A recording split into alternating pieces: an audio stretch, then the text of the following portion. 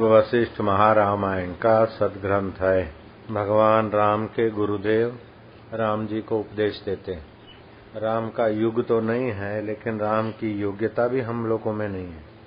फिर भी राम जी को जो परम तत्व सारभूत बात उनके गुरुदेव सुनाते हैं, वो हमको सुनने समझने को मिल रहा है। ये बड़ा सौभाग्य है। योग वशिष्ठ एक ऐसा ग्रंथ है जिसको बोलते हैं वेदांत का सिद्धांत ग्रंथ।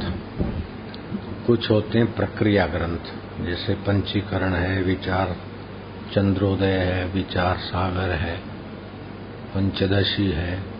प्रक्रिया ग्रंथ बहुत ऊंची बात कह रहे भगवान वशिष्ठ जी। श्री राम जैसे श्रोता है, जो हंसी मजाक में भी झूठ नहीं बोलते, ऐसे तो श्रोता है श्री राम। भगवान नारायण का अवतार है, उनके आगे उनके गुरु क्या बोलेंगे? छोटी मोटी बात थोड़ी बोलेंगे, बड़ी सार बात बोलते हैं, बहुत ऊंची बात बोलते हैं। श्री राम जी के निमित्त विश्व को इतना महान ग्रंथ मिल गया। हमको तो बड़ा लाभ हुआ इस सतशास्त्र से। हमारे गुरुदेव भी योग वशिष्ठ खूब आदर से पढ़ते सुनते हैं। घाट वाले बाबा का इष्ट ग्रंथ योग वशिष्ठ। और स्वामी राम तीर्थ कहा करते थे कि योग वशिष्ठ बार बार पढ़े विचारे आदर से तो परमात्मा साक्षात्कार हो जाएगा। अगर नहीं हो तो राम बादशाह सिर कटाएगा। इतना ही पर्याप्त है। 12 साल फलानी धारणा करूं, 12 साल वल्लभ दिगंबरा करूं, फलानु करूं, उसके बाद भी यहीं आना पड़ेगा, तो सीधा इसमें क्यों नहीं लगना? योग वशिष्ठ वेदांत का है सिद्धांत ग्रंथ।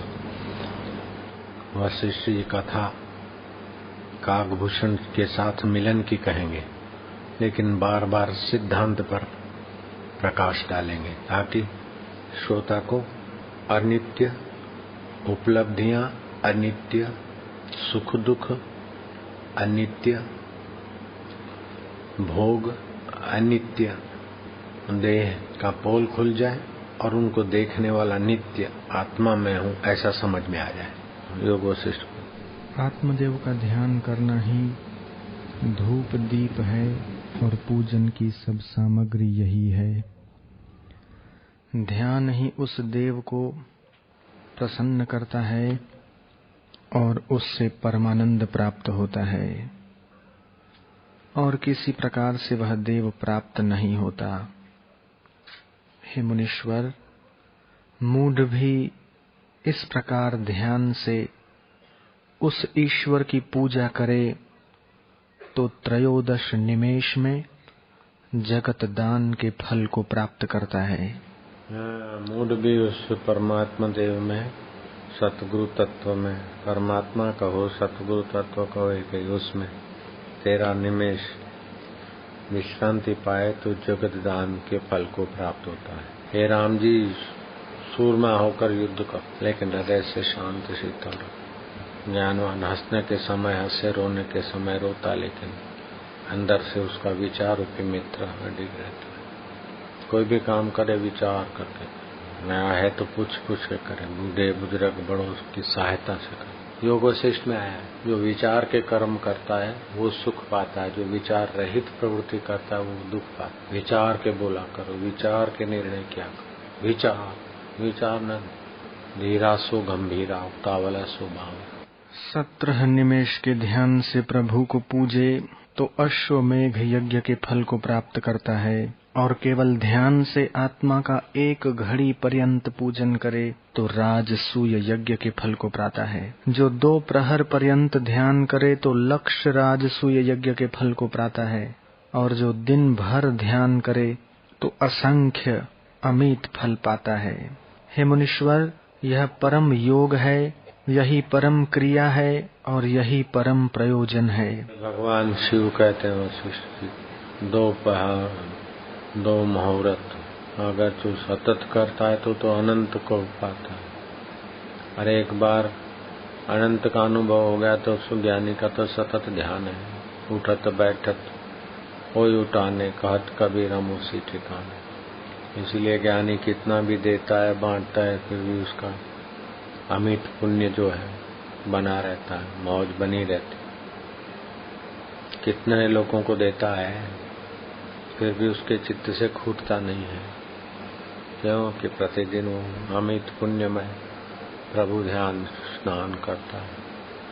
मूल बात है ईश्वर में रुचि होनी चाहिए, प्रीति होनी चाहिए। तुलसी पूर्व के पाप से हरि चर्चा न सुहाय, जैसे ज्वर के जोर से भूख विदा हो जाए। तो मैं जगत की सत्यता घुसी है ना, ये पाप वासना ले आएगी, और पाप वासना वाले को परमात्मा में रुचि नहीं होती, प्रीति नहीं होती।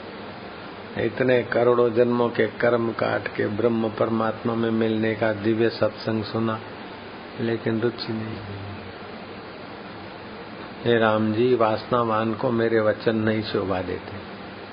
जिनको संसार की वासना है, संसार का उल्लू सीधा कराने के लिए आते हैं, उनको फिर सत्संग असर नहीं करता। इतना लाभ तो हो जाता है, पुण्य तो होता है, लेकिन सत्संग का जो गुरु फायदा देना चाहते वो उनको नहीं होता। शास्त्र जो उसको फायदा देना चाहते वो नहीं होता, क्योंकि मति मरी हुई है। तो वशिष्ठ जी ने बोला है कि राम जी, एक होती है आधि, दूसरी होती है व्याधि। आधि मन की वासनाओं से होती है और व्याधि शरीर के रोग। भगवान शिव कहते हैं वशिष्ठ जी को कि 13 निमेष उस परमेश्वर में विश्रांति पाने से जगदान करने का फल होता है। 17 निमेष उस परमात्मा में विश्रांति पाने से वाजपेयी यज्ञ करने का फल होता है। 2 घड़ी उस परमात्मा में, परब्रह्म परमात्मा में विश्रांति पाने से ये अश्वमेघ यज्ञ का फल होता है। 1 पहर माना 3 घंटे उस परमात्मा के ध्यान में रहे तो कई अश्वमेघ या शास्त्र अश्वमेघ यज्ञ का फल होता है। और जो दिन भर उस परब्रह्म परमात्मा में स्थिति करते उसके तो अनंत अनंत यज्ञ का फल होता है। वशिष्ठ जी बोले, हे राम जी, हिमालय पर्वत में प्राप्त हुआ भी ऐसा शीतल नहीं होता जैसा निर्वासनिक पुरुष का मन शीतल होता है। हिमालय में शीतलता तो होती है, लेकिन वो बर्फ की शीतलता शरीर को ठंडक देती है। निर्वासनिक पुरुष की शीतलता तो हृदय को शीतल बनाती है, सुखमय बना देती है। निर्वासनिक पुरुष की बड़ी भारी महिमा है।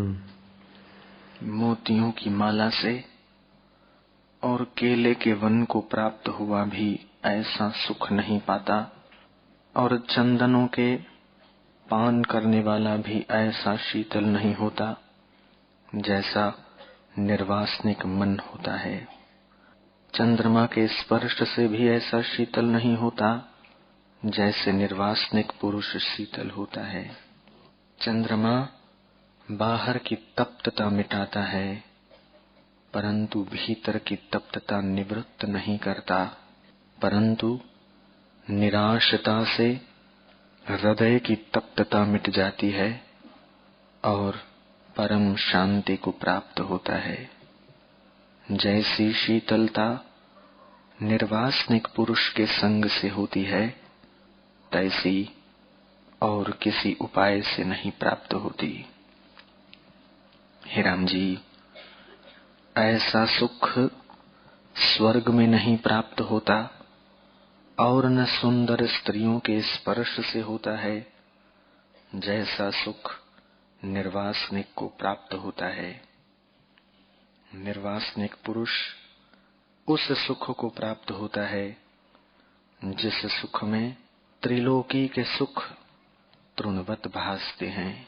आशारूपी कुंज के वृक्ष के काटने को उपशम रूपी कुल्हाड़ा है। जो पुरुष निर्वासनिक हुआ है उसको सब पृथ्वी गोपद के समान तुच्छ भासती है। मेरू पर्वत एक टूटे वृक्ष के समान भासता है और दिशा डिब्बी के समान भासती है, क्योंकि वह उत्तम पद को प्राप्त हुआ है। और त्रिलोकी की विभूति तृण की नाई तुच्छ देखता है। पुरुष जो परमात्मा में शांत हुआ है उसके लिए त्रिलोकी की विभूति भी तुच्छ है। सुमेरु पर्वत भी टूटे पेड़ के ठूंठ जैसा है। सारी पृथ्वी उसके लिए गोपद है। उसका परमात्मा पराया नहीं है, परे नहीं है, भविष्य में नहीं मिलेगा। उसका आत्मा ही परमात्मा स्वरूप में उसे सदैव जो का त्यों दिखता है, जानता है। वो वासना ही जीव को तुच्छ बना देती है। जितनी वासना ज्यादा उतना वो लघु, और जितनी वासना कम उतना वो बड़ा। निर्वासनिक तो साक्षात नारायण स्वरूप होता है।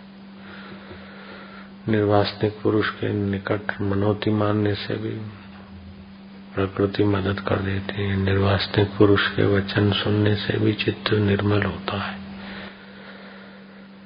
कबीरा मन निर्मल भयो, वासना मल है, निर्वासनिकता निर्मलता है। कबीरा मन निर्मल भयो, जैसे गंगा नीर पीछे पीछे हरि फिरे, कहत कबीर कबीर।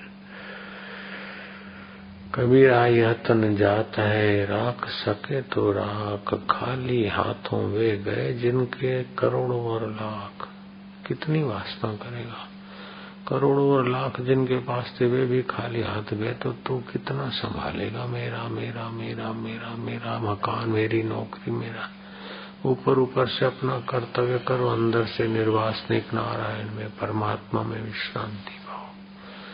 बाहर कर्तव्य में कायर न बनो, पलायनवादी न बनो, लेकिन भीतर अपने निर्वासनिक तत्व में सराबोर रहो। पुरुषार्थ, हे राम जी योद्धा होकर, सूरमा होकर युद्ध करो। हाँ, सूरमा होकर युद्ध करो, लेकिन भीतर से निर्वासनिक रहो। जो पुरुष निर्वासनिक हुआ है वह जगत को देखकर हंसता और कदाचित उसे जगत के पदार्थों की कल्पना नहीं फुरती। तृणवत जानकर उसने जगत को त्याग दिया है और सदा आत्म तत्व में स्थित है। उसको किसकी उपमा दीजिए। उस पुरुष के उदय, अस्त, अहम और त्वम आदि कलना नष्ट हो गई और केवल आत्म स्वभाव को प्राप्त हुआ है। उस ईश्वर आत्मा को कौन तोल सकता है। जब दूसरा उसके समान हो तब तोले। हे राम जी, वह पुरुष सब संकटों के अंत को प्राप्त हुआ है। देख ले, सारे संकटों का अंत, सारे दुखों का अंत, सारे सुखों की पराकाष्ठा। भगवत सुख पाते पाते निर्वासनिक पद में टिक गया बस। वशिष्ठ जी बोले, हे राम, जिन पुरुषों ने ज्ञान से अपना अज्ञान नष्ट नहीं किया उन्होंने करने योग्य कुछ नहीं किया। अज्ञान से पहले अहम भावना होती है, तब आगे जगत भासित होता है, तब जीव लोक परलोक की भावना करता है और इसी वासना से जन्म मरण पाता है। जब तक हृदय में संसार का शब्द अर्थ दृढ़ है, तब तक शब्द अर्थ के अभाव का चिंतन करे और जहाँ जगत भासित होता है वहाँ ब्रह्म की भावना करे। जब ब्रह्म भावना करेगा, संसार के शब्द अर्थ से रहित होगा और उसे आत्मपद भासित होगा। सुंदर उपाय है, बहुत ऊंची बात कह दी भगवान वशिष्ठ जी। शब्द और अर्थ, जो शब्द हम सुनते हैं सुनाते हैं और उसका अर्थ भी होता है, वो सत्बुद्धि से अगर देखते हैं तो फिर इस लोक और परलोक की भावना, इच्छा, कर्म होते हैं और उन इच्छाओं और कर्मों से सुखी होने की भ्रमणा घुस जाती है। तो संसार के शब्द और अर्थ के अभाव की भावना करें तो अपने परमेश्वर स्वभाव से जो अहम उठता है हुआ मैं हूँ, तो मैं हूँ जो उठ रहा है उसमें मैं कौन के हूँ मोहन, हूँ गणेश, हूँ चतुर, हूँ फलाना। तो हूँ जहाँ से उठता है फिर मोहन गणेश बुद्धि में संस्कार पड़े हैं, अपने को ऐसा मान के कहता है, लेकिन मूल तो परमात्मा चेतना ही है। तो शब्द का और अर्थ, तो ये शब्द और अर्थ जिस चैतन्य से उठते हैं वो चैतन्य सार है, और शब्द अर्थ माया मात्रम इदम द्वैतम, ऐसी भावना करे तो आत्मपद भाषित होगा, वो परमात्मा पद की प्राप्ति हो जाएगी, ईश्वर की प्राप्ति हो जाएगी। जैसे जब तक सुवर्ण और राख मिली हुई है तब तक सोनार संशय में रहता है, और जब सुवर्ण और राख भिन्न हो जाती है तब संशय रहित सुवर्ण को प्रत्यक्ष देखता है, तभी नहीं संशय होता है। तैसे ही अज्ञान से जीवों को मोह उत्पन्न होता है, और देह इंद्रियों से मिला हुआ संशय में रहता है। जब विचार से भिन्न भिन्न जाने तब मोह नष्ट हो, और तभी संशय से रहित शुद्ध विनाशी रूप आत्मा को देखता है। शुद्ध अविनाशी रूप आत्मा को देखता है, अविनाशी रूप आत्मा को देखता है। जैसे राख और सोना मिला होता है तो संशय होता है, लेकिन सोना और साफ सुथरा हो जाता है, राख अलग, तो निसंदेह हो जाता है। ऐसे ही हाड़ मांस मल मूत्र वात पीत कफ है मलिन शरीर को मैं मानने की जब तक अज्ञानता है तब तक संशय है कि क्या पता मैं मुक्त हूँ कि नहीं, मैं आत्मा हूँ कि नहीं, मैं प्रभु का हूँ कि नहीं, संदेह रहता है।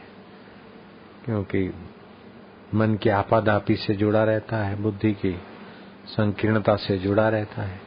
जब विचार बढ़ाता है, अपना शुद्ध बुद्ध नित्य मुक्त स्वरूप आत्मा का विचार बढ़ाता है, सात्विक खान पान लोकाचार मर्यादा और गुरु की कृपा को आत्मसात करता है, तो फिर निसंदेह हो जाता है। जैसे राख से अलग सोना सोनी को निसंदेह कर देता है, ऐसे पंच भौतिक शरीर से जो मैं जुड़ी थी वो मैं वास्तव में भ्रांति थी, असली मैं सदा भिन्न है।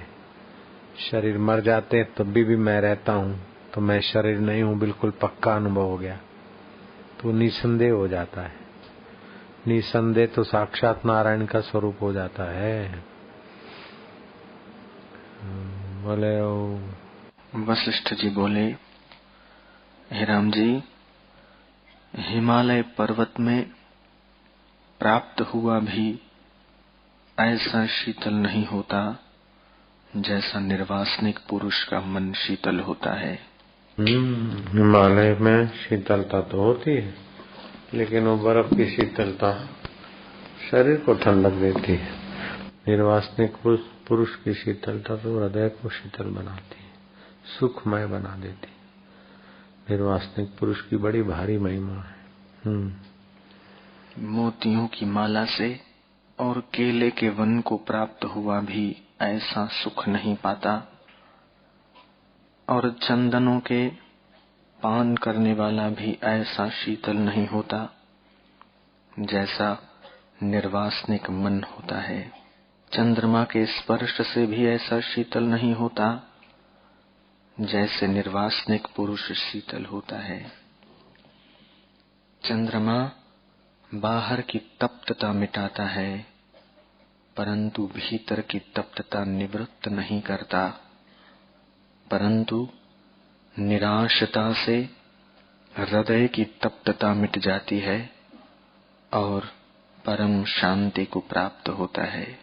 जैसी शीतलता निर्वासनिक पुरुष के संग से होती है, तैसी और किसी उपाय से नहीं प्राप्त होती। हे राम जी, ऐसा सुख स्वर्ग में नहीं प्राप्त होता और न सुंदर स्त्रियों के स्पर्श से होता है जैसा सुख निर्वासनिक को प्राप्त होता है। निर्वासनिक पुरुष उस सुख को प्राप्त होता है जिस सुख में त्रिलोकी के सुख तृणवत भासते हैं। आशारूपी कुंज के वृक्ष के काटने को उपशम रूपी कुल्हाड़ा है। जो पुरुष निर्वासनिक हुआ है उसको सब पृथ्वी गोपद के समान तुच्छ भासती है। मेरू पर्वत एक टूटे वृक्ष के समान भासता है और दिशा डिब्बी के समान भासती है, क्योंकि वह उत्तम पद को प्राप्त हुआ है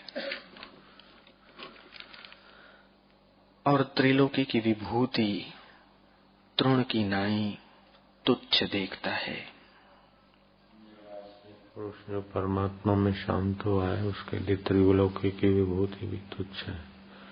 सुमेरु पर्वत भी टूटे पेड़ के ठूंठ जैसा है, सारी पृथ्वी उसके लिए गोपद है।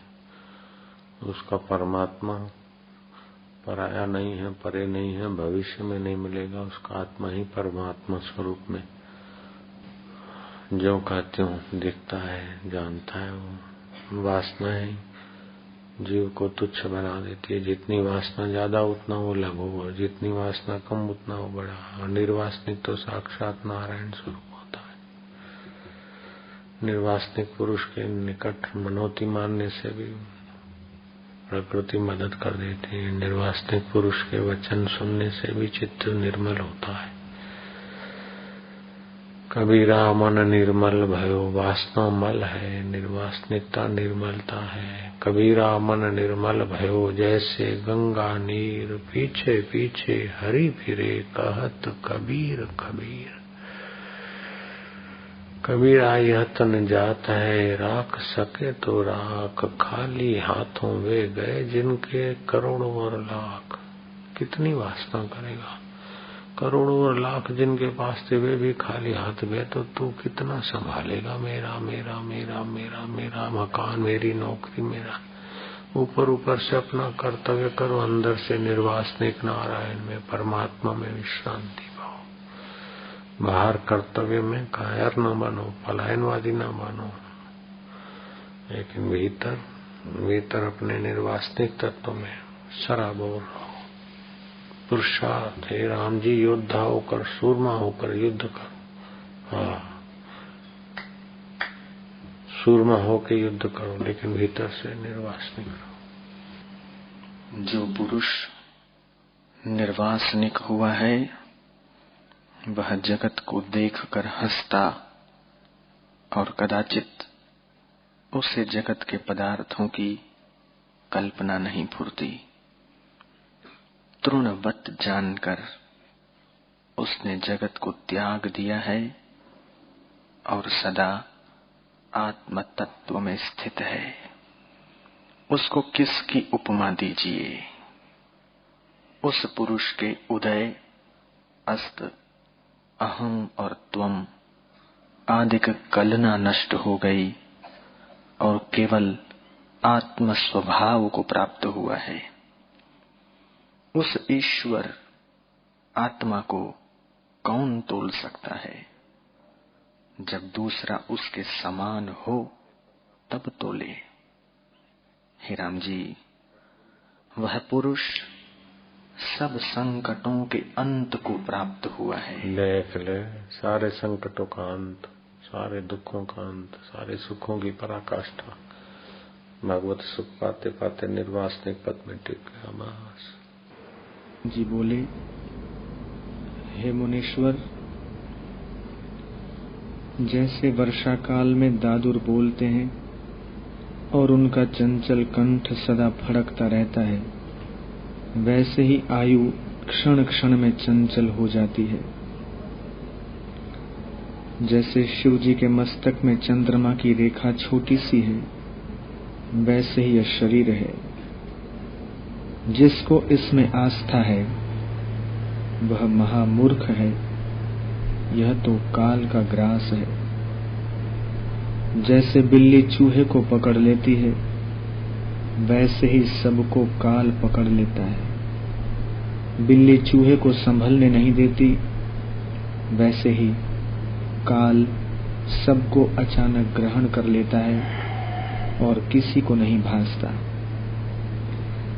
जब अज्ञान रूपी मेघ गरजता है, तब लोभ रूपी मोर प्रसन्न होकर नृत्य करता है।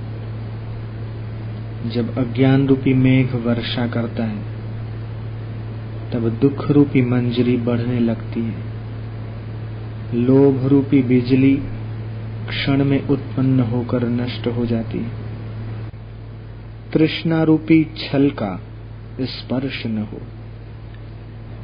मनुष्य शरीर, पाशवी वासनाएं,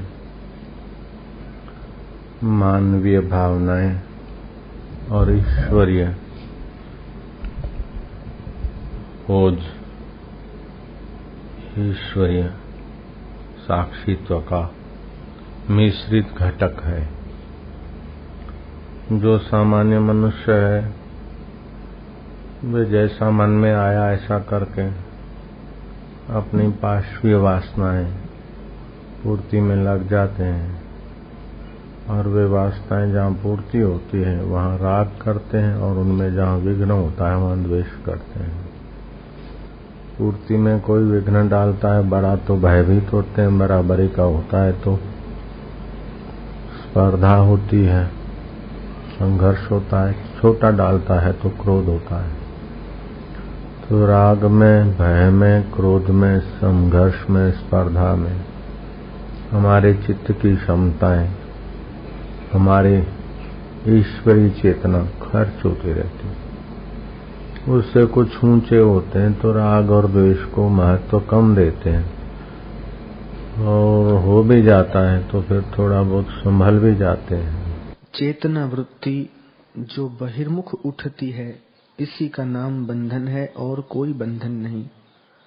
हे साधो, यह जगत वासना से बंधा है।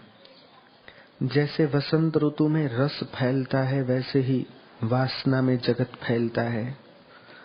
बड़ा आश्चर्य है कि मिथ्या वासना से जीव भटकते फिरते हैं, दुख भोगते हैं और बारंबार जन्म लेते और मरते हैं। बड़ा आश्चर्य है कि विषय रूप वासना के वश हुए जीव अविद्यमान जगत को भ्रम से सत्य जानते हैं। हे साधो, जो इस वासना रूप संसार से तर गए हैं, वे धन्य हैं। वे प्रत्यक्ष चंद्रमा की तरह शांत हैं। जैसे चंद्रमा अमृत स्वरूप शीतल। ये देखो सिद्धांत ग्रंथ है, राम के गुरुदेव कहते हैं कि सारा जगत वासना के संसरण से दुखी है। अपने चैतन्य स्वरूप में विश्रांति पाए तो सारे दुख मिट जाए, लेकिन वासना के अधीन होकर जीव बेचारे प्रयत्न कर करके थक जाते हैं, फिर भी दुखी के दुखी रहते हैं। इसी संसरण को वासना बोलते हैं, फुरना बोलते हैं, चित्त कलना बोलते हैं। ये जब चित्त कलना, चैतन्य की कलना, फुरना, सुरता चैतन्य में आती है तो जीव पूर्ण होता है, ब्रह्म स्वरूप हो जाता है। लेकिन यही फुरना जब बुद्धि कमजोर होती है, फिर मन और मन के द्वारा इंद्रियों में आकर बाहर के सुख के तरफ भटकता है, तो बेचारा जीव खपता जाता है। सारे लोग इसी से, चाहे उत्तम हो, चाहे मध्यम हो, चाहे कनिष्ठ हो, सारे लोग इसी फुरने से, संसरण से दुखी है। ये बात युधिष्ठिर महाराज ने भीष्म से पूछी थी कि धर्मात्मा लोग भी दुखी सुखी होते हैं, देखा गया है। उत्तम लोग भी दुख सुख को पाते हैं, दशरथ जैसे भी दुखी सुखी हुए। मध्यम लोग भी पाते, कनिष्ठ लोग भी दुख सुख पाते और कनिष्ठतर भी पाते हैं। तो इस दुख सुख के थपेड़ों में तो सारा जगत फंसा है, संसार में तो सारा जगत बहा जा रहा है। तो हे पितामह, ऐसा कौन सा उपाय है जो इस सुख दुख के थपेड़ों से बचकर जीव संसरण से पार, दुखों से पार, सुख और दुख के थपेड़ों से पार परम आनंद का अनुभव करे। तो पितामह ने कहा कि पूर्व का इतिहास सुनो। राजा का पुत्र मर गया था। लोगों की नजर में राजा बहुत स्वतंत्र और सुखी माना जाता। वो राजा को दूसरे राज्य का भय होता है और भी तमाम भय और दुख लगे रहते हैं। उस दुख में बढ़ोतरी हुई और पुत्र मर गया तो राजा बड़ा विलाप करने लगा। तो मुनीश्वर आए। राजा ने कहा कि मुनीश्वर, तुम कौन से उपाय से दुख रहित हो? मैं तो राजा होते भी दुखी हूँ। मेरे को तो पुत्र के शोक ने भी शोकातुर किया है। तो मुनि, तुम्हें भी तो पुत्र परिवार है, आश्रम है, तुम्हें भी शिष्य और भक्त हैं, तुम्हें भी सर्दी गर्मी भूख प्यास तुम्हें भी है, हमें भी है, लेकिन तुम सदा आनंद रूप में और हम लोग दुख में डूबे जा रहे हैं। तो क्या कारण है? युधिष्ठिर महाराज ध्यान देकर सुनो। भीष्म पितामह ने कहा। तो मुनीश्वर ने उनको बताया कि मैंने पूर्व काल में सत्संग करके एकांत में अपने चित्त को जगत की सत्यता से विनिर्मुक्त किया था। और मैं जानता हूं कि जगत में अनुकूलता प्रतिकूलता आती जाती है। मैं जो भी कर्म करता हूं उसमें कर्तृत्व भाव न रखकर, फल की लिप्सा अथवा आग्रह नहीं रखकर प्राप्त परिस्थिति के अनुसार कर्म करता हूँ, कर्तृत्व भाव रहित। और सुख दुख के प्रसंग आते हैं, उनको मैं देखता हूँ, उसमें मैं डूबता नहीं हूँ। सुख आता है वो भी मैं देखता हूँ, दुख आता है उसको भी मैं देखता हूँ अपने ज्ञान नेत्रों से, समझदारी से। इसलिए मैं सदा परमानंद में रहता हूँ। इस परमानंद प्रसाद को, परमानंद के अनुभव को पाने के लिए हर जीव स्वतंत्र है। एक भक्त ने अपने हृदय की गाथा गाई। न आना कहीं है न जाना कहीं है, अपने में रहने को जी चाहता है। न आना कहीं है न जाना कहीं है, अपने में रहने को जी चाहता है। मैं देखूं मैं क्या इस झूठे जहां में, देखूं मैं क्या इस झूठे जहां में, बस तेरे नजरों को जी चाहता है। हे परमेश्वर, झूठे जहां को क्या देखो, तेरी नजरों को जी चाहता है, जिस नजर से तू जहान को देखता है। परमेश्वर, जैसा तुझे जगत दिखता है, जैसे तुझे जानने वाले को जगत दिखता है, मैं तुम्हारे ज्ञानी संतों की नजर से जगत को देखना चाहता हूँ, तुम्हारी नजर से जगत को देखना चाहता हूँ। रूठे गर दुनिया तो परवाह नहीं है, रूठे अगर दुनिया तो परवाह नहीं है, तुझी को रिझाने को जी चाहता है, तुझी को रिझाने को जी चाहता है। न आना कहीं है न जाना कहीं है, अपने में ही रहने को जी चाहता है। मुझको सदा याद तू ही रहे बस, मुझको सदा याद तू ही रहे बस, सभी कुछ भुलाने को जी चाहता है। मांगू मैं क्या तुझसे ए मेरे दाता, तुझे ही मांगने को। मांगू मैं क्या तुझसे हे दाता, तुझे ही मांगने को ही जी चाहता है। न आना कहीं है न जाना कहीं है, अपने में ही रहने को जी चाहता है। सब में तू ही तुझी में सब, सब में तू ही तुम्ही में है सब, तू सब में है तुझ में सब है। जैसे कबीर ने कहा, जल में कुंभ कुंभ में जल, बाहर भीतर पानी, फूटा कुंभ जल जले समाना, ये अचरज है ज्ञानी।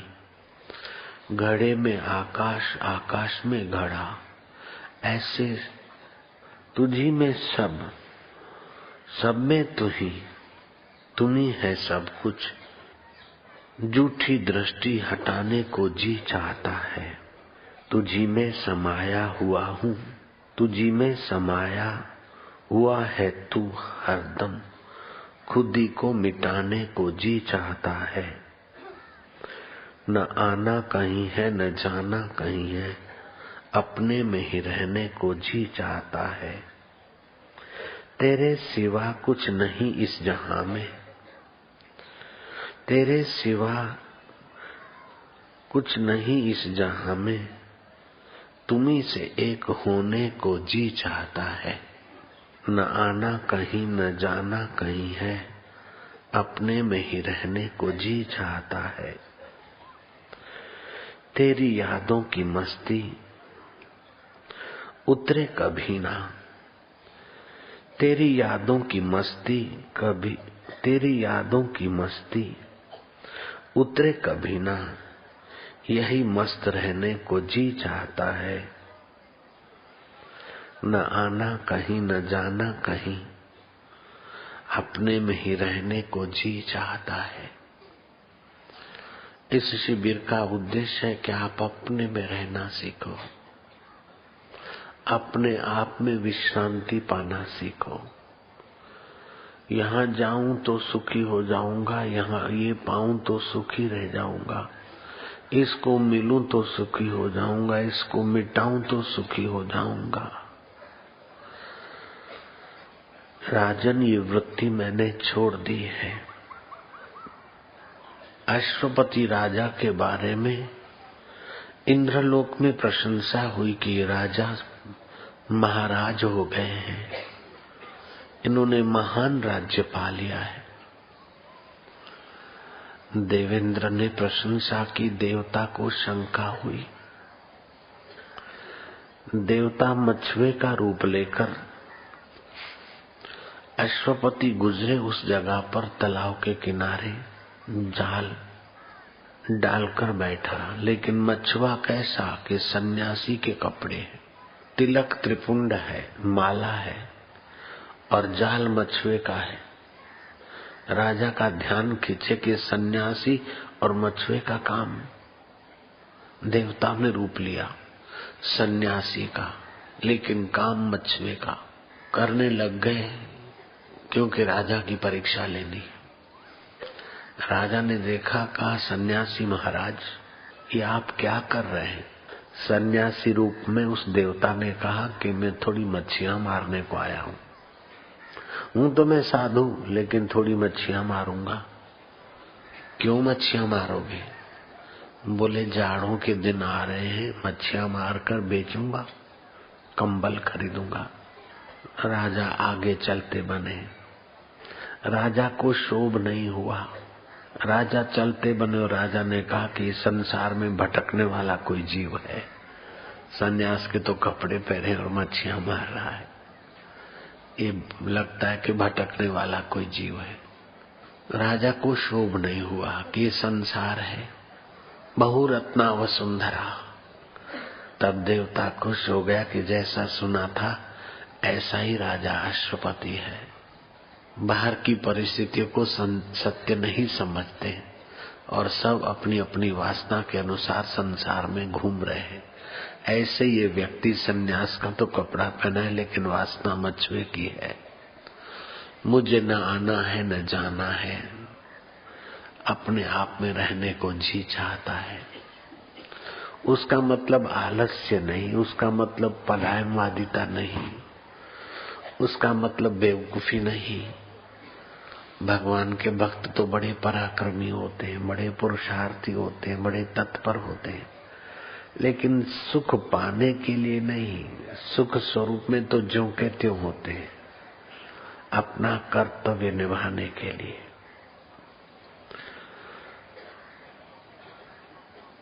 जो अपना कर्तव्य का पालन कर लेता है उसे निश्चिंत होने में ज्यादा परिश्रम नहीं होता। और कर्तव्य दो प्रकार का होता है, एक ऐहिक कर्तव्य और दूसरा वास्तविक कर्तव्य। कमाना, खाना, ये लेना देना, ये ऐहिक कर्तव्य है शरीर निर्वाह के लिए। वो सच्चाई से करे, झूठ कपट छोड़ के करे, परित के लिए करे।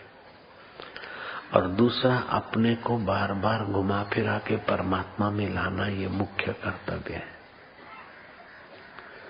जो अपना कर्तव्य पालने को लग जाता है जीव, मनुष्य अपने कर्तव्य में लग जाता तो ईश्वर अपना कर्तव्य निभाने में देर नहीं करते। जीव अपना कर्तव्य पाले, ईश्वर की प्रसन्नता के निमित्त कार्य करे, ईश्वर को साक्षी समझकर करे। जिससे भी व्यवहार करता उसकी गहराई में मेरा परमेश्वर है। फिर वो न्यायाधीश की कुर्सी पर बैठकर किसी चोर को दंड दे तो संकोच न करे कि अब परमात्मा चोरी का स्वांग लेकर आए हो तो अब आपको एकांत में जरा जेल में भी आपको भेजने की मेरी ड्यूटी, मेरा कर्तव्य है। आपका वही मंगल होगा, भला होगा। चोर का सत्यानाश करने के लिए दंड न दे, अपितु उसकी चोरी की आदत टूट जाएगी, इस भाव से दे।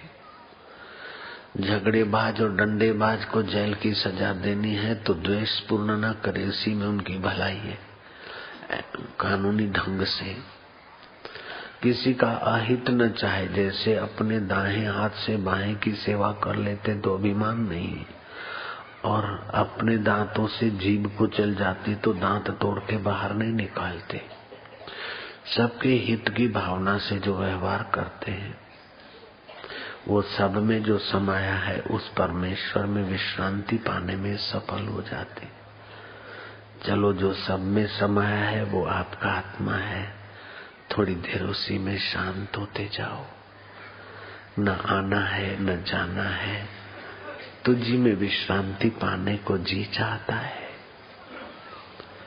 चाहे हरिओम करके विश्रांति पाओ, चाहे ओम शांति शांति करके विश्रांति पाओ। परमात्मा विश्रांति दोषों की उन्मूलन करने वाली है। परमात्मा विश्रांति सामर्थ्य को देने वाली। परमात्मा विश्रांति सद्गुणों की सामर्थ्य की उभारने वाली। परमात्मा विश्रांति दुखों का अंत करने वाली। राजा ने मुनीश्वर की बात सुनकर अपने पुत्र शोक से अपने को उपराम किया। कबीर जी ने कहा कि एक बूंद के लिए रोत फिरत है, कई बूंदे ऐसे ही गई, उसका क्या सोचता है। शरीर से एक बूंद गर्भ में गई और बेटा होकर पैदा हुई और वो मर गए तो रोता फिरता है। ऐसे तो कई बूंदे तेरी चल गई, उसका हिसाब क्या। कितना मार्मिक तीर की नहीं कड़क उपदेश है। एक बूंद के लिए रोत फिरत है तो कई बूंदे गई, उनका क्या। जब ममता आ जाती है और सार स्वरूप से विमुखता हो जाती है तो मनुष्य को दुख और सुख के थपेड़े लगते हैं। जब सार स्वरूप परमात्मा में प्रीति होती है, सार स्वरूप परमात्मा के ध्यान में रुचि होती है, सार स्वरूप परमात्मा ही सत्य लगते हैं, तो फिर ये असत्य सुख और असत्य दुख उसे दुखी सुखी इतना नहीं करते। भक्त है जो भगवान की परिस्थितियों को स्वीकृति दे देता है कि जो तेरी मर्जी। उसका विश्वास, सुकृति, विश्वास और संबंध, स्मृति और प्रीति भगवान में होती। और अभक्त स्वीकृति संसार को देता है, विश्वास संसार की वस्तुओं पे रखता है, संबंध विश्वास संसार की चीजों से जोड़ता है, स्मृति संसार की करता है, प्रीति संसार की करता है। उसे सुख दुख की चोटें जरूर लगेगी, लेकिन जो सुकृति परमात्मा की लीला को देते, विश्वास परमात्मा पे करते और मेरा और परमात्मा का शाश्वत संबंध ऐसा मानते हैं, स्मृति उसी की बनाए रखते हैं और प्रीति उसकी करते हैं, वे इस भवसागर से आसानी से तर जाते हैं। स्मृति परमात्मा की, प्रीति परमात्मा की, विश्वास परमात्मा पर, संबंध परमात्मा का, प्रीति परमात्मा की। ये जो जगत है उसमें प्रीति करो लेकिन परमात्मा के नाते। स्मृति करो, गाय को स्नेह करो लेकिन गाय में मेरा सच्चिदानंद है। बच्चे को स्नेह करो लेकिन मेरा सच्चिदानंद है। कुछ सात्विक गोपियां थी, वो कृष्ण को स्नेह करती थी। कृष्ण को जहाँ सुख मिलता है बस उसी में हम सुखी हैं। कृष्ण की प्रसन्नता में हमारी प्रसन्नता है। उद्धव, आप कृष्ण को इधर भेजकर उन्हें कष्ट में न डालो। हम कष्ट में रह रहे हैं, कोई बात नहीं है। आप पूछते हो कि हम क्यों नहीं मरती, कि मर जाएं तो उन पर कलंक लग जाएगा कि देखो वृंदावन में गोपियां रो रो के मर गई, खुद द्वारका बैठे। तो हम मर जाएंगी तो प्यारे के नाम का कलंक हमारे कारण। नहीं नहीं नहीं, इसलिए जी रही और जीते हुए मरी है, क्योंकि हमारे लिए संसार और स्नेही और संबंधी कोई माना नहीं रखते। जो राजसी और तामसी वृत्ति की गोपियां थी, हलकट भाव की, वो कृष्ण को कभी गंदे उलाहने देते। ये तो डाकुओं की नाई हमारा दिल चुरा गया। कृष्ण ने कहा भाई ले लो, हमने अगर चुराया है तो। बोले हमको आग लगा दी तो बताओ पानी ले आए, कौन से पानी से तुम्हारी आग बुझेगी? बोले इस पानी से नहीं बुझेगी। तो कौन सा पानी? बोले हम तो बेहोश हो गए। तो कौन सी औषधि से होश में आओगे?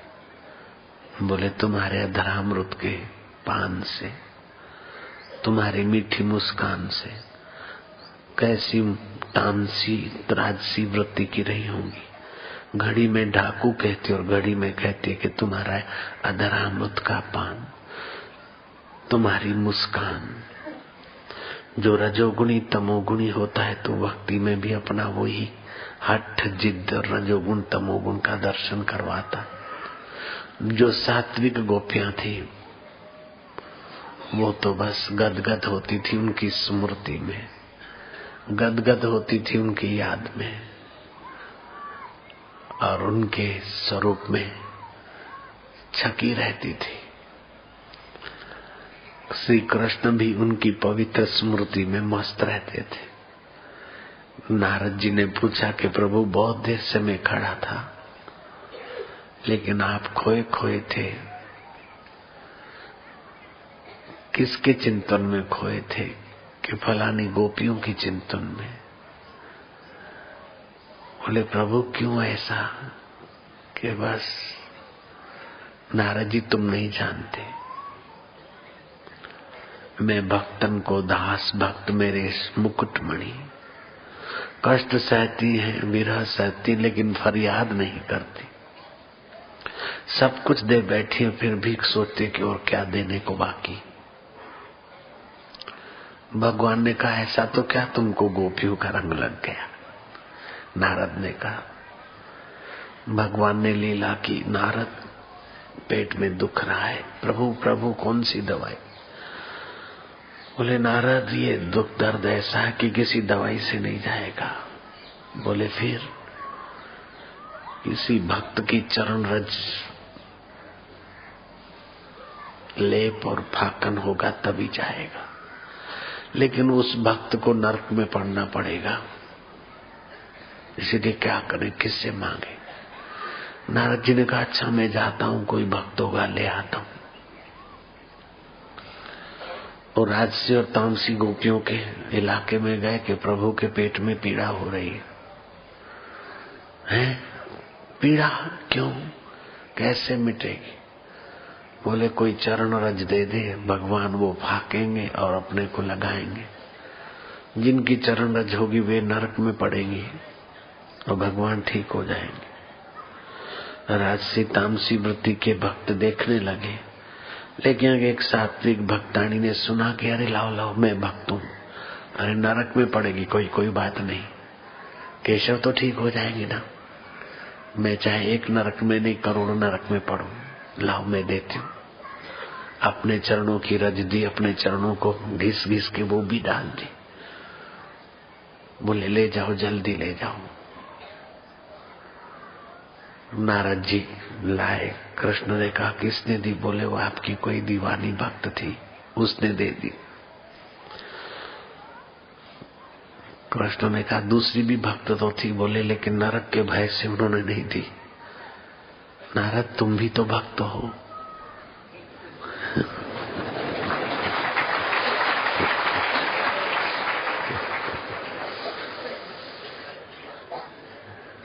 भक्त कहलाना एक बात है, लेकिन सात्विक भक्त हो जाना दूसरी बात है। साधक कहलाना एक बात है, लेकिन साध्य के लिए इन 5 बातों को ओतप्रोत कर लेना दूसरी बात है। मनुष्य कहलाना एक बात है, लेकिन मनुष्य का जन्मजात जो अधिकार है परमात्मा प्राप्ति, वो करना दूसरी बात है। तो 5 चीजें होनी चाहिए। प्रीति परमात्मा के लिए, फिर चाहे हमें नरक में जाना पड़े कोई बात नहीं। स्मृति परमात्मा की, प्रीति परमात्मा की, स्मृति परमात्मा की, संबंध परमात्मा का, विश्वास परमात्मा पर और स्वीकृति परमात्मा की।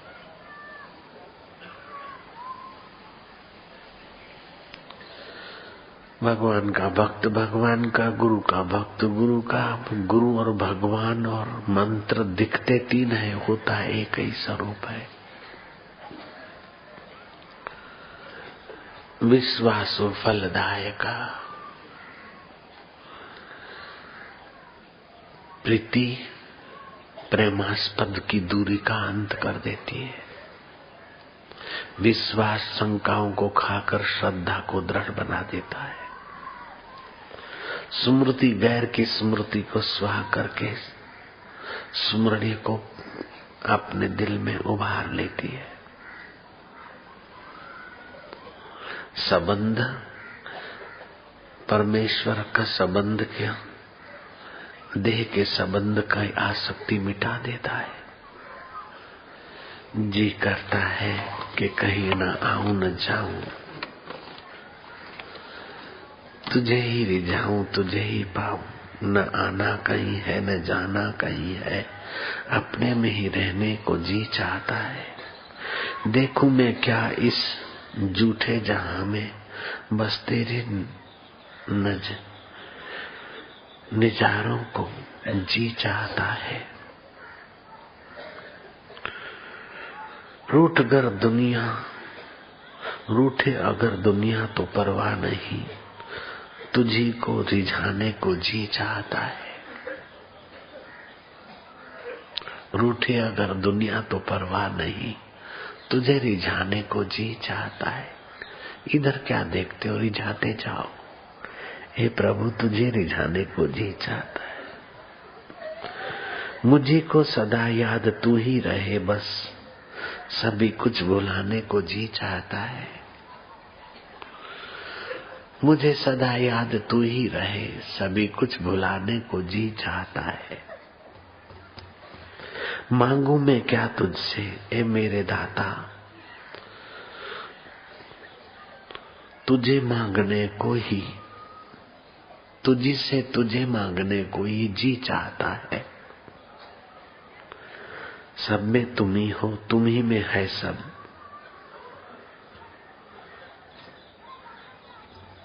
सब में तुम ही हो, तुम ही में है सब।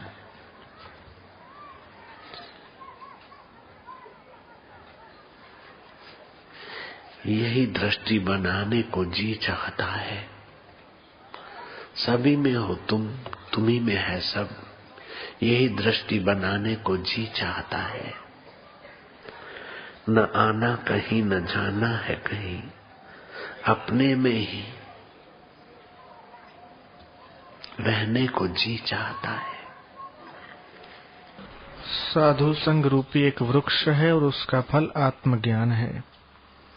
जिस पुरुष ने फल की इच्छा की है सो अनुभव रूपी फल को पाता है। जो पुरुष आत्मानंद से रहित है सो सत्संग करके आत्मानंद से पूर्ण होता है। विषयानंद, योगानंद, विद्यानंद सब अपनी अपनी जगह पर है। विषयानंद तो विषय भोक्ता को कमजोर कर देता है। योगानंद तो ठीक, आत्मानंद तो आत्मदेव का अनुभव करा देता है। तो आत्मानंद से वो पूर्ण हो जाता है, सबसे उत्तम पद में विराजता है। बौद्धवान होकर सबसे उत्तम पद में विराजता है। इंद्र का पद भी उत्तम पद नहीं है, वहां भोग है।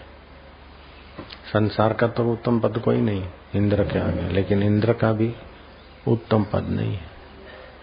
वो उत्तम पद में है, आत्म शांति, आत्म सुख में विराजता है। उनके संग से पदार्थों की प्राप्ति होती है। जो अपने जन बोले तो लाभ होता है, लेकिन उनके निकट बैठे रहते तो भी स्वाभाविक विकार नियंत्रण हो जाते। बोलने की आदत है, चंचलता नियंत्रित हो जाती है। जरा जरा देर में पानी पीना है, ये खाना है, वो करना है, वो करना है। पांचों इंद्रियों का संयम हो जाता है संतों के संग, और मन भी नियंत्रित होने लगता है। खाली बैठे रहे, उपदेश दें तो अलग बात है, खाली बैठे रहते संतों के संग में तभी भी एक प्रकार की आध्यात्मिक उन्नति होती रहती। नरक रूपी अग्नि में लकड़ी की नहीं जरेगा। और जिस त्याग करे, तीर्थ करने जाना ये मूर्खता है। सत्संग का त्याग करके खड़िया होने का, टीचाने का विचार करना बुद्धि की कमजोरी है। सत्संग मिल जाए तो सब पूरा हो गया। चांडाल के घर की भिक्षा ठीकरे में खानी पड़े और एक टाइम भिक्षा मांग के, और सत्संग मिलता हो, उस जगह का त्याग नहीं करना चाहिए। बड़ा राज वैभव ऐश्वर्य मिले और सत्संग नहीं है तो उधर नहीं जाना चाहिए। और सत्संग ब्रह्म ज्ञान का मिलता है तो चंडाल का और कुछ नहीं मिलता है, तो भी चंडाल के घर की भिक्षा ठीकरे में मिले, एक टाइम खा के भी सत्संग मिले, वहां पड़ा रहे। ईश्वर रूठता है तो बुद्धि हर लेता है, ईश्वर खुश होता है तो बुद्धि भर लेता है। ईश्वर रूठे तो संत से दूर कर लेगा, ईश्वर रिझा दे तो संत के निकट धर देगा। ईश्वर राजी है, इसकी क्या पहचान कि संतों के सानिध्य में प्रीति हो रही है तो ईश्वर राजी है। सत्संग में प्रीति हो रही है, सेवा में प्रीति हो रही है, ध्यान भजन में प्रीति हो रही है तो ईश्वर राजी है। गपसप में प्रीति हो रही है, निंदा में चुगली में प्रीति हो रही है तो समझ लो कि भविष्य दुखदायी है। अथवा भटकने में प्रीति हो रही है तो भविष्य दुखदायी है। मोह उल्टा ज्ञान, उल्टे ज्ञान को नष्ट करने के लिए मोह रूपी उल्टा ज्ञान का वृक्ष काटने वाला सत्संग रूपी कुल्हाड़ा है। लक्ष्मी उत्तम है, वैसे ही सत्संग करता सबसे उत्तम है। बोलो, बड़ा जोगी हो, जति हो, सिद्ध हो, लेकिन सत्संग करता बैठा है पुरुष वो जोगी आए तो बड़ा तपस्वी है, फिर भी सत्संग करने वाले महापुरुष को प्रणाम करके बैठना चाहिए। उठता है तो प्रणाम करके फिर जाना चाहिए, नहीं तो वो श्रोता होने का अधिकारी नहीं। बड़ा संत पुरुष है, लेकिन सत्संग करता अभी सत्संग कर रहा है तो वो उसका आदर करें। जैसे ज्ञानी थे सनक, सनातन, सनत कुमार, चारों बराबरी के थे, बड़े संत थे, एक से एक थे, चारों के चार। तो जो सत्संग करते थे वो आदरणीय हो जाते थे और जो सुनते थे वो उनको सम्मान करते थे तो चारों भाई सनक, सनंदन, सनातन, सनत कुमार। लेकिन जो सत्संग करता है वो उत्तम। वशिष्ठ जी बोले, हे राम जी, जितने दान और तीर्थादिक साधन हैं उनसे आत्मपद की प्राप्ति नहीं होती। तीर्थादि, तीर्थों में भटकने जाऊं, ये करूं वो करूं तो ये खड़िया पलटन हो जाएगा। जो खड़िए होते त्रिशूल लेकर घूमते, अगले जन्म का खड़िया अभी किसी जोगी के घर जन्मेगा तो वही त्रिशूल छापेगा, खड़िया छाप। त्रिशूल लेकर घुमा होगा, यात्रा किया होगा, तो अभी त्रिशूल त्रिशूल प्यारे लगते। लेकिन ये नहीं, या तीर्थों से न और कर्मों से आत्मपद की प्राप्ति होती है, आत्मवेता के संग से ही, और वो भी ईमानदारी से आत्मरामी महापुरुषों के संग में आए, तब आत्म सुख की प्राप्ति होती। भटक मुआ भेदु बिना पावे कौन उपाय, खोजत खोजत युग गए पांव कोस घर आए। भेद को, रहस्य को जानने वाले महापुरुषों की कृपा के बिना जीव की ऐसी बुद्धि हो जाती है जैसे रास्ते पे खड़ी है और जो आया उसके साथ चली, दूसरा मिला दूसरे के साथ चली, ऐसी हमारी वृत्ति हो जाती। दुख के साथ मिलकर दुखी हो गए, भटकेलू वृत्ति आई तो भटकने लग गए, भोग की वृत्ति आई तो भोगने लग गए, कपट की वृत्ति आई तो कपटी हो गए, काम की वृत्ति आई तो कामी हो गए, मोह की वृत्ति आई तो उसके साथ आरूढ़ हो गए, मोही बन गए। कितनी बदभक्ति है। इंसान की बदभक्ति अंदाज से बाहर है। कम वक्त खुदा होकर बंदा नजर आता है। बोले हमने तो हमारे गुरु का अनुकरण किया। गुरु का अनुकरण तो गुरु तो कर कसर करते हैं और तुम उड़ाऊ कैसे। गुरु का अनुकरण किया तो गुरु ने पहले साक्षात्कार किया था और तुम अभी तक क्यों भटक रहे। हमें तो हमारा गुरु નું અનુકરણ કરી છે તો ગુરુએ આત્મ સાક્ષાત્કાર કરી નાખ્યો તો તમે કર્યો છે। गुरु तो त्रिशूल लेके नहीं घुमाता तो तुम त्रिशूल लेके घूमते, चार चार त्रिशूल। वो पहले का जमाना था, जंगल में बैठे होंगे शिव जी, जंगली जानवर तंग करते होंगे तो पहले तो भाले, तलवार और त्रिशूल थे, तो त्रिशूल रख दिया होगा। अभी शिव जी के लिए त्रिशूल थोड़ी है इस जमाने में। तो आपकी वृत्ति कहाँ है? आप अनुमंता है कि भोगता है? अब भोगता है तो कैसे भोगता है? सुख भोगता है, दुख भोगता है, पुण्य के भोगता है, पाप के भोगता है, कल्पनाओं के भोगता है, किसके भोगता है? इसका जरा ख्याल करके चल पड़े न तो सब दुखों का अंत हो जाए सदा के लिए, सब बेवकूफी का अंत हो जाए सदा के लिए, सब गिड़गिड़ाहट का अंत हो जाए सदा के लिए, सब दोषों का अंत हो जाए सदा के लिए, सर्व के सार का अनुभव हो जाए। ऐसा खजाना है। ब्रह्मा, विष्णु, इंद्र का पद भी नन्ना लगे, क्योंकि भगवान के सतंश से स्थूल चित्त अंश से ये ब्रह्मा आदि का पद है। भगवान का आनंद अंश तो अपना आपा है। तो चित्त अंश से जो पैदा हुआ है उसमें बड़ा भारी सुख है। उस सुख को छोड़कर ब्रह्मा जी समाधि में रहते हैं, उस सुख को छोड़कर विष्णु समाधि में रहते हैं। उस सुख को, जैसे अप्सराएं तो इंद्र को रिझा लेती है, विष्णु को नहीं पटा सकती, ऐसे अप्सराओं की भी ऐसी तैसी करके भगवान अपने सुख में नारायण है। भगवान आदि नारायण, भगवान ब्रह्मा जी, अपना सुख ऐसा होता है। बिनु रघुवीर पद जिय की जरनी न जाई, आत्म सुख के बिना हृदय की तपन नहीं मिटती। एक आदमी ने भागवत पर पिक्चर बनाना चाहता था, पैसे हो गए उसको, थोड़ा इधर उधर देखा, क्या पड़ोस में लड़का पैदा हुआ है, चलता फिरता है, बस कृष्ण के रूप जैसा ही है। तो उसने कुछ शॉट्स ले लिए कृष्ण के। फिर कोई ऐसी पूतना थी, मिक्सिंग करके कृष्ण लीला तक का तो उसने बना लिया। बाल गोपाल के साथ घूमते हुए उस कृष्ण को तो उसने सेट कर लिया। फिर देव योग से उसके पैसों में आमदनी में कुछ गड़बड़ हुई दूसरे धंधे में, तो वहां से वो चला गया दूसरे गांव। 12-15 साल गुजर गए, धंधे में घाटा वाटा पड़ा। 15 साल के बाद फिर उसके पास पैसा हुआ, तो वो जो पिक्चर उसकी अधूरी थी ना, तो पिक्चर पूरी करनी थी, भागवत पर थी। तब कृष्ण लीला 16 साल तक की तो हो गई। अब कृष्ण मथुरा में जाए तो कंस आमंत्रण दे। अब उसको कंस के पोज की जरूरत पड़ी नितांत। तो घूमता घामता आया और एक आदमी का चेहरा देखा, मूछें देखी, ये वो देखा, क्रूरता देखी। बोले बराबर ये फिट होने के योग्य है, तो उसके शॉट्स लिए। फिर सोचा कि पुराना जहाँ कंस रहता था ये वही मोहल्ला है, पुराना जहाँ कृष्ण रहता था वही मोहल्ला है, तो जांच करूं वो कृष्ण का क्या हाल है। तो जांच करते करते करते देखा कि उसी माँ बाप का वही बेटा है जिसको मैंने कृष्ण रूप में लिया था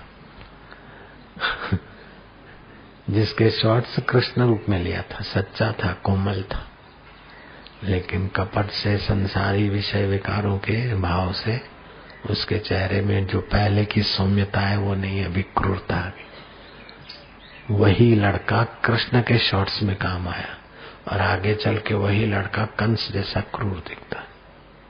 मृत्यु में आरूढ़ हो जाता है ना चेतन, विकारों में, आकर्षणों में आरूढ़ होने से क्रूरता आ जाती और आत्मा में विश्रांति पाने से सौम्यता आती है। तो वही चैतन्य कंस और वही चैतन्य कृष्ण का है। कृष्ण इतने आनंदित है क्योंकि वो वृत्तियों में आरूढ़ नहीं होते, अपने आप में है। बंसी बजाते लोग आनंदित होते, गाय चारा चुगना भूल जाती है, बछड़े दूध पीना भूल जाते, क्योंकि कृष्ण आत्मा में मस्त है। और कंस इतना इतना जुटाता है, इतना इतना करता है, फिर भी अशांत है, क्योंकि बाहर से सुख लेने में लगा। जो बाहर से सुख लेने में लगता है वो दुख, भय, अशांति। और जो भीतर में विश्रांति है उसके लिए कोई, तो आत्मपद भीतर का सुख है।